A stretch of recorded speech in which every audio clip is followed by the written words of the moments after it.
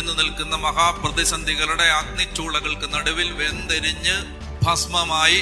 ഇല്ലാതാകുമെന്ന് നിങ്ങൾക്ക് തോന്നുന്ന അത്രയും നിസ്സഹായമായ സാഹചര്യത്തിന്റെ നടുത്തളത്തിൽ ഒന്നും ചെയ്യാൻ പറ്റാതെ നിൽക്കുന്ന സമയത്ത് ഒരു ദൈവ പൈതല് ജീവിതത്തിൽ തിരിച്ചറിയേണ്ട ഏറ്റവും പ്രധാനപ്പെട്ട സത്യമാണ്, ഞാൻ എവിടെ നിന്നോ വലിഞ്ഞ് വഴി തെറ്റി വലിഞ്ഞു കയറി വന്ന ഒരു പരദേശിയോ അപരിചിതനോ അനാഥനോ അഗതിയോ ആലംബഹീനനോ ആശ്രയമറ്റവനോ അല്ല, മറിച്ച് ഞാൻ ദൈവത്തിൻ്റെ